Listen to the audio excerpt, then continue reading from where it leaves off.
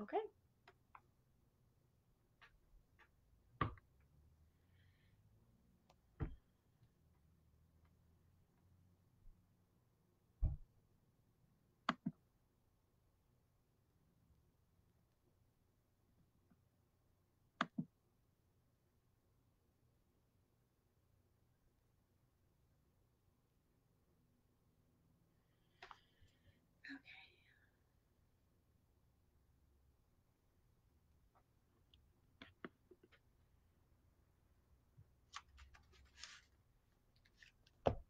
Okay, welcome, ladies, to week 3 of our study of Ruth. I hope that you were able to read through chapter 2 and do the assignments and kind of soak in God's word, looking at the scriptures and observing the verses through chapter 2. We're going to start our study. Um, tonight's study in chapter 2.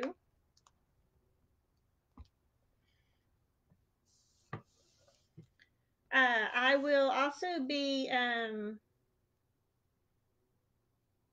throughout, at least through chapter 2. I'm going to also be referring to this book, 12 Extraordinary Women, and has some good information on Ruth that kind of goes along with our study today. So I'll probably be reading some stuff from this book. Some of you probably should have the book. This was the book that Adina Parker had done uh, when we was studying women of the Bible, and so a lot of the women from the church should already have that book. So it'd be a good read to read the chapter on Ruth. All right, so we're going to get started, and we're going to start with the first assignment, which was Ruth chapter 2, 1 through 2. Um, we ended chapter 1 with Naomi and Ruth traveling to Bethlehem, and they arrived at Bethlehem during the barley harvest. Okay, so the Bible reads, Now Naomi had a relative on her husband's side from the clan of Elimelech, a man of standing whose name was Boaz. And Ruth the Moabitess said to Naomi, Let me go to the fields and pick up the leftover grain behind anyone in whose eyes I find favor. Naomi said to her, Go ahead, my daughter. So, real quick, just 2 verses. Hello, ladies. Glad for you to be joining. Uh, so these two verses are very simple. Not a whole lot we can really glean from this, other than uh, they decided the author decided to go ahead and kind of introduce Boaz uh, in this chapter, and then Ruth asked to go gleaning in the fields. Uh, Most likely, Naomi it was mentioned in chapter 1 that she was of older age, and so she probably would not have been able to uh, go and glean in the fields, because when they would go and glean, they would start from early morning until evening, and so it would be a very long, hard day for Naomi. So Ruth was the one who volunteered to go out into the fields and to glean. Uh, and basically, gleaning was they would pick up grains, leftovers that would get dropped along the way. Um, like I said, I read from here as well, give us a little more information. Um,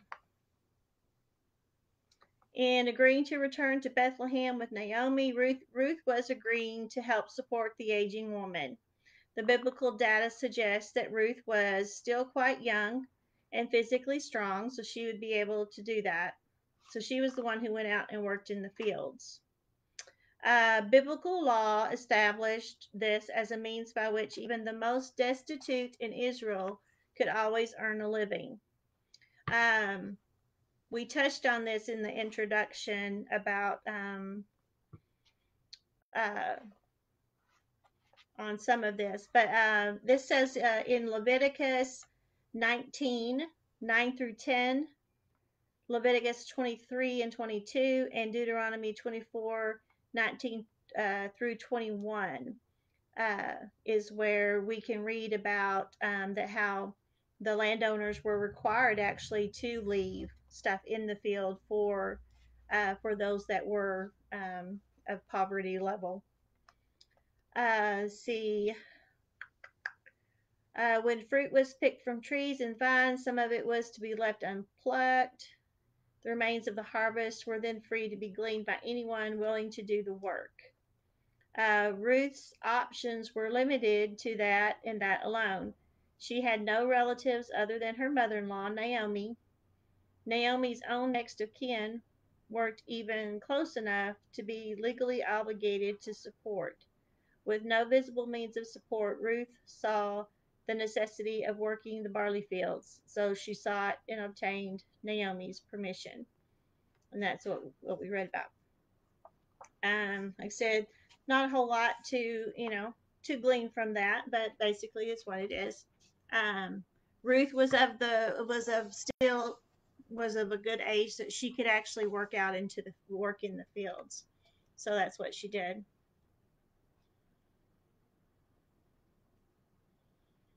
Oh, I see. Robin has chimed in with something.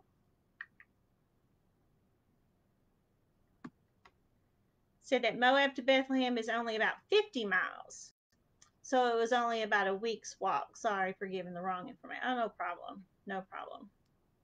But the thing is it took Roy and I actually was talking about this because he's actually going to be doing a study in Ruth at Brown Trail this next quarter, I believe. Be talking about Ruth because I was like, uh, it takes for a barley harvest, it takes 90 days. And so, we read in chapter 1 that Naomi had found out that God had taken care of his people and that there was food there. And so uh, that's when she decided to pick up and go back to Bethlehem. So I was just kind of curious on how long from a planting to harvest. So it's very well could be, she heard that, the planting was going on and stuff like that. So it probably took them that whole time maybe to get to Bethlehem. So they arrived at a good time in Bethlehem to start. All right, let's move on to our next verses. So Naomi gives her permission to Ruth to go gleaning in the fields. So she went out and began to glean in the fields behind the harvesters. As it turned out, she found herself working in a field belonging to Boaz, who was from the clan of Elimelech. Just then Boaz arrived from Bethlehem and greeted the harvesters. "The Lord be with you." "The Lord bless you," they called back. Boaz asked the foreman of his harvesters who the young woman was. The foreman replied, "She is the Moabitess who came back from Moab with Naomi." She said, "Please let me glean and gather among the sheaves behind the harvesters." She went into the field and has worked steadily from morning till now, except for a short rest in the shelter.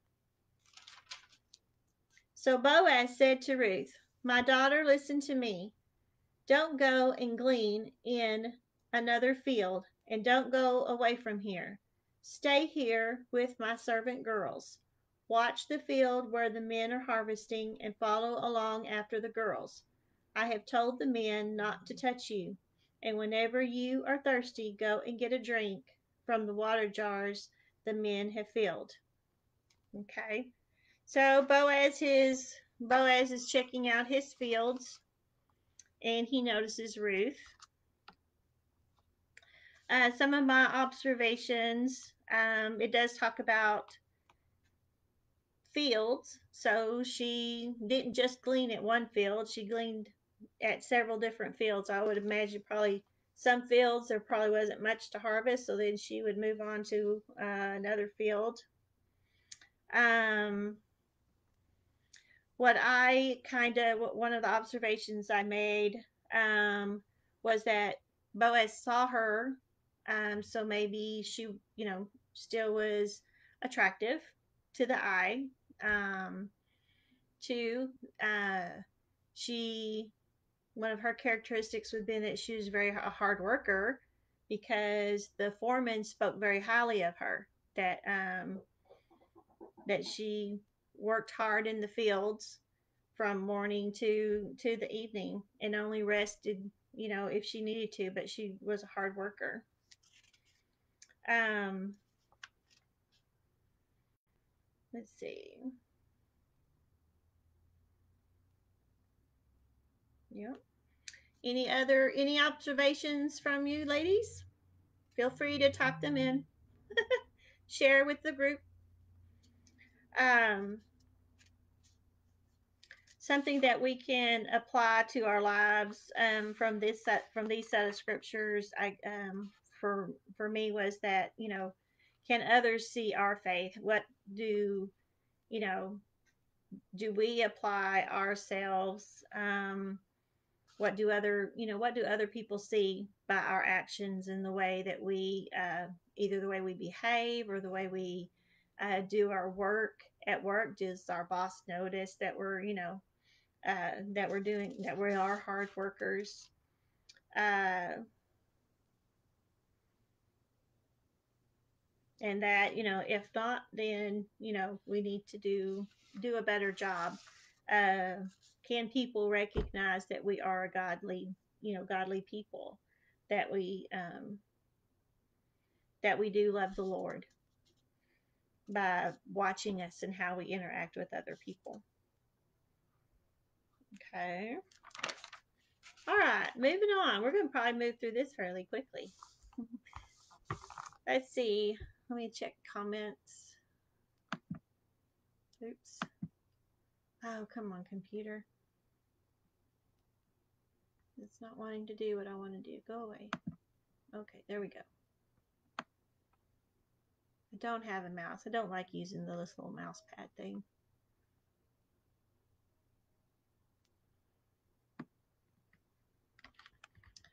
Robin makes a comment. Ruth took the initiative to be industrious and work like the Proverbs 31 woman, working with eager hands. Set about her work vigorously. Her arms are strong for the task. Very good. I like Proverbs 31. That's one of my favorite section of Proverbs, especially. And yes, too, she feared the Lord because she made that commitment to come uh to come. Uh all right.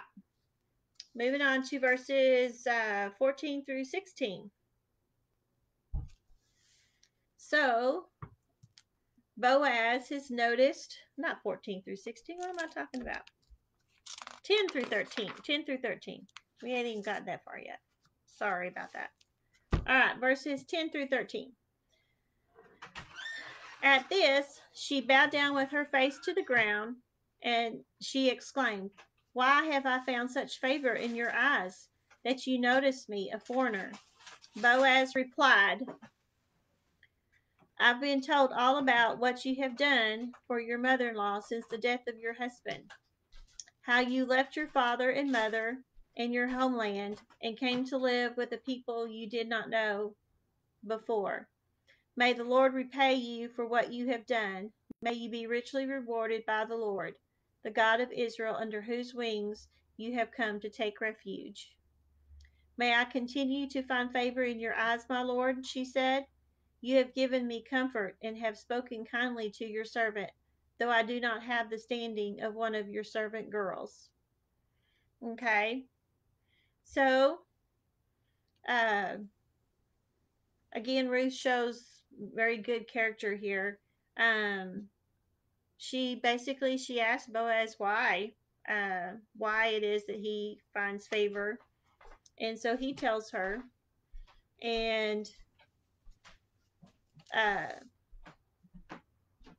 something for me that I observed is that Ruth did, she made the commitment to come back with Naomi. She made a commitment to follow Naomi's God.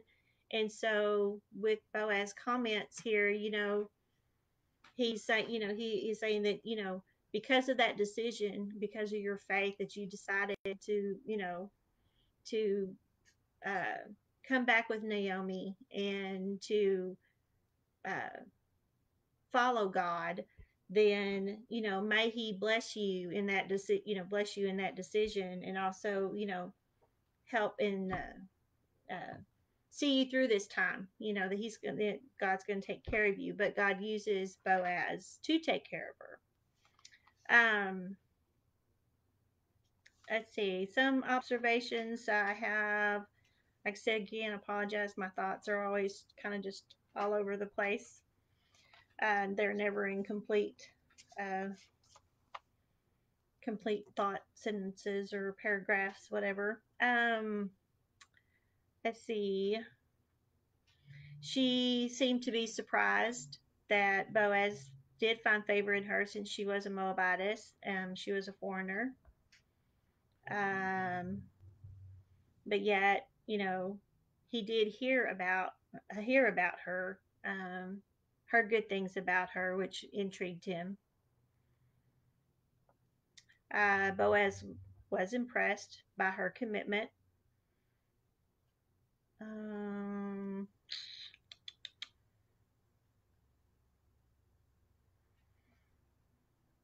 I've got her hard work paid off. She made the decision to go out into the fields and work hard, and because of that, she was noticed by Boaz, and Boaz is going to take care of her. Any other comments? I'm just looking. I see.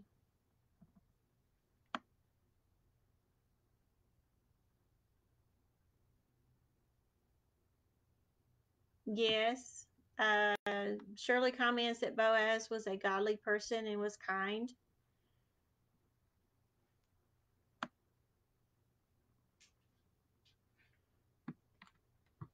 Okay. So let's move on. I'll say this is going to be a short lesson because we're only going over chapter 2. Oh, let's see. Let me got let me read from some thoughts from here from this book on chapters. Let's see, verses 3 through 13 that we just read. See, she gleaned in one of Boaz's fields, and he saw her. The language of her text suggests that this was purely by happenstance. She happened to come to the part of the field that belonged to Boaz. Um, but we know from the clear teaching of Scripture that God Himself providentially orchestrated these events. It references Proverbs 16:33. Nothing happens by chance, but God is always behind the scene, working all things together for the good of His people. Romans 8:28. There is no such thing as luck or fate for believers. Boaz visited his fields that very day to see the progress of the harvest. When he noticed Ruth, he took an immediate interest. She was obviously young, able, and diligent. Boaz sought out for the foreman of his crew and inquired about Ruth. The chief servant replied, Is it the young Moabite woman who came back with Naomi from the country of Moab? And she said, Please let me glean and gather after the reapers. So she came, so she came and has continued from morning until now. Boaz immediately realized, of course, that this woman was his relative by marriage, so he began to show her special favor. He encouraged her to glean only in his fields and to stay close by his harvesters. He gave her permission to drink from the water, and he supplied water he supplied his servants, and he instructed his young men not to touch her. Ruth, moved by his gentle kindness and generosity, knew very well that such extreme liberal can't speak liberality was highly unusual, especially toward an impoverished woman from a foreign land. She fell on her face and bowed down to the ground. Why have you found favor in my eyes? Boaz explained that he had heard of extraordinary faithfulness to Naomi and the great sacrifices she had made to come to a foreign land. Then he gave her an unusual blessing that reveals that a godly man, what a godly man he was. Her reply was equally gracious and beautiful for its humility. Let me find favor in your sight, my Lord, for you have comforted me and have spoken kindly to your maidservant, though I am not like one of your maidservants. Again, referring to the fact that she is a Moabitess and not from an Israelite, was not an Israelite. Um, any other comments?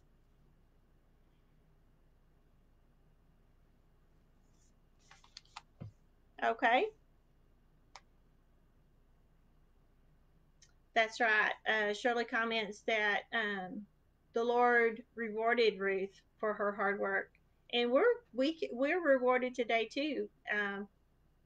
Uh, when we work hard and we put God first in our lives, and we try to live by His law and His standard of living, God uses people even in our lives today.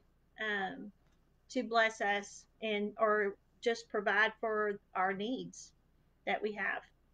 Okay, let's move on to verses 14 through 16. At mealtime, Boaz said to her, "Come over here. Have some bread and dip it in the wine vinegar." When she sat down with the harvesters, he offered her some roasted grain. She ate all she wanted and had some left over. As she got up to glean, Boaz gave orders to his men. Even if she gathers among the sheaves, don't embarrass her. Rather, pull out some stalks for her from the bundles and leave them for her to pick up, and don't rebuke her. I kind of looked at this as their first date. He invites her to dinner.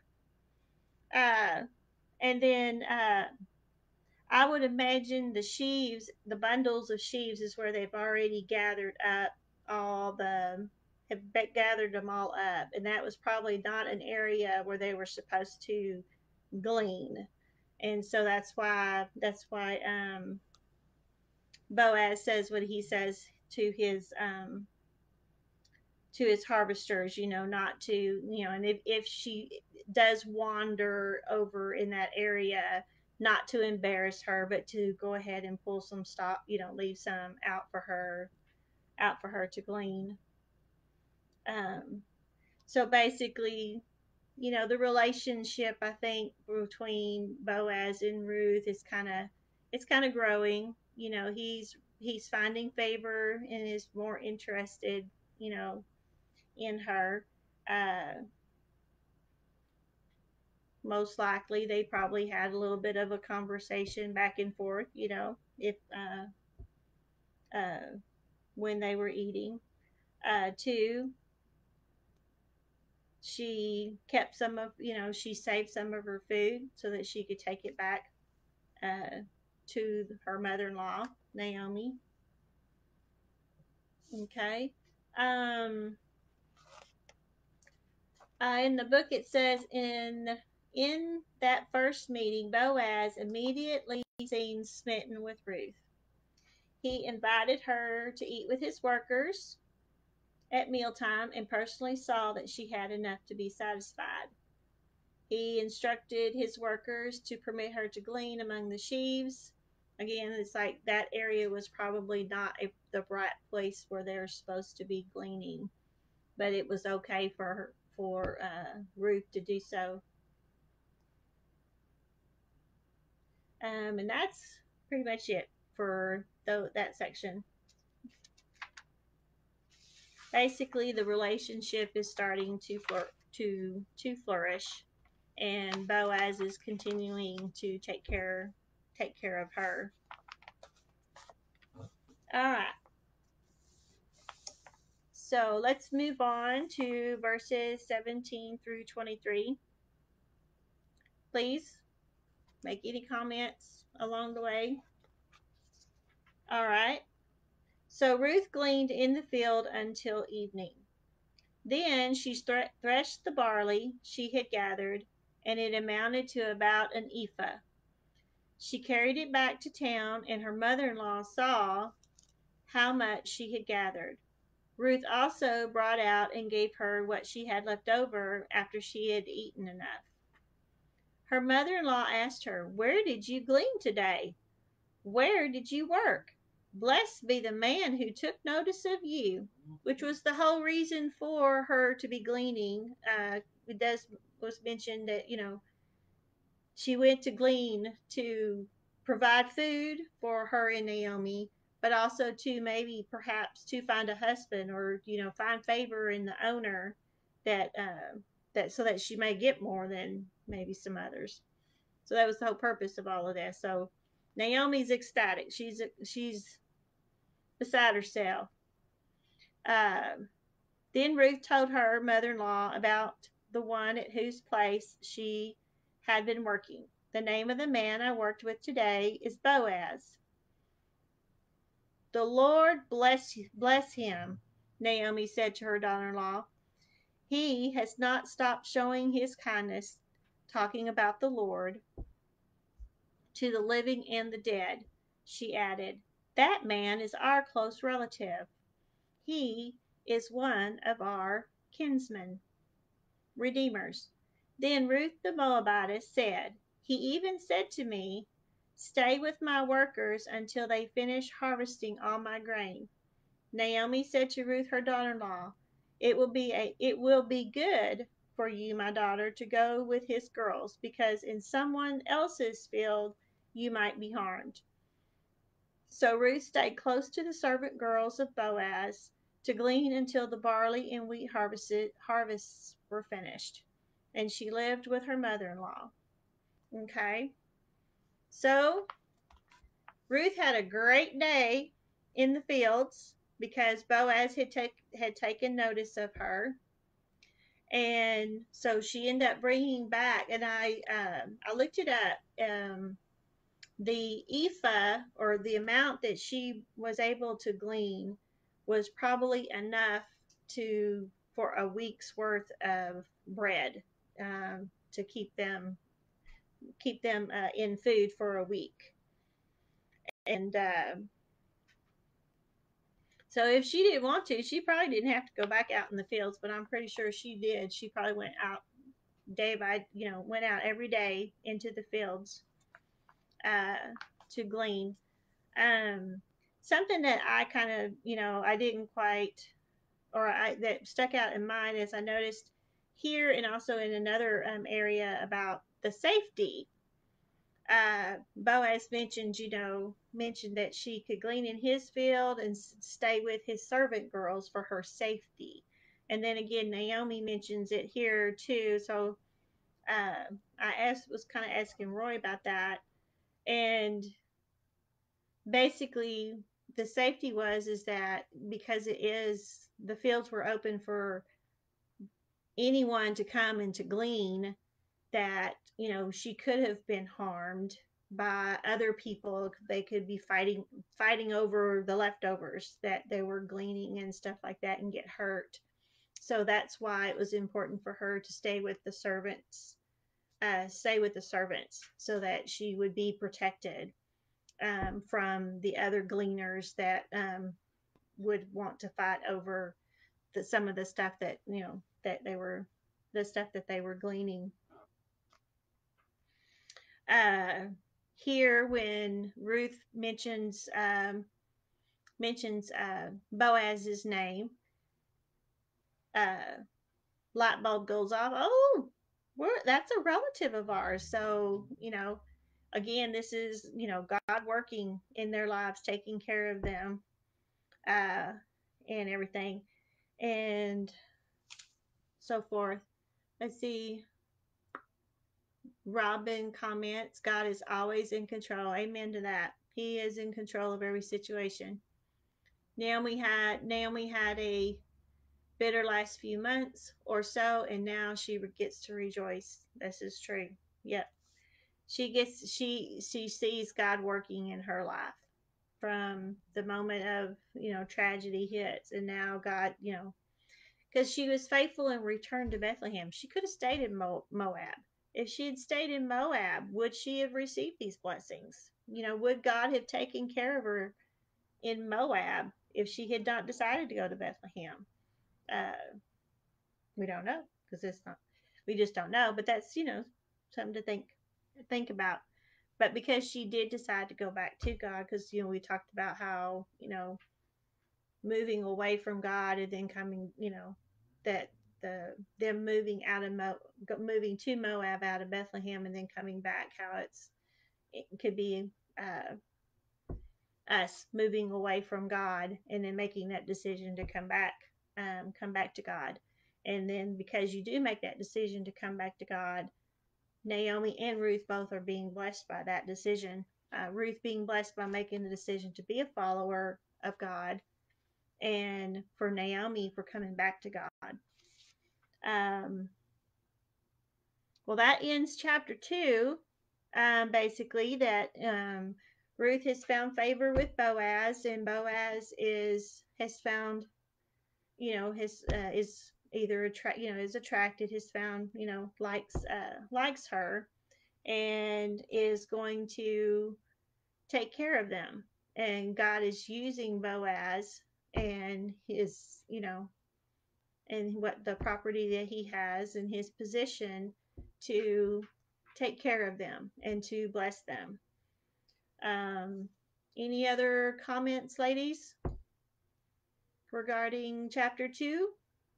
Um, there are a few kind of discussion questions that have part of the Ruth study here is that we can look at what do we learn from Boaz, as far as maybe taking care, how do we take care of others' needs, things that we can do to provide for the poor, for those that maybe don't have food and shelter. Um, as a church, we have the pantry. We collect clothes to give to orphanages and so forth, and all the as a congregation, the money that we give to mission fields and to orphanages to help them.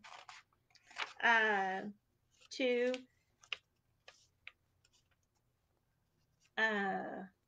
One of the discussion questions was how do that Ruth displayed that she wasn't wasteful, because of the fact that she didn't just she was thoughtful of Naomi and to bring her leftovers to Naomi. She could have just eaten what she wanted and then been done, but no, she gathered up her leftovers and brought them back to Naomi. Um,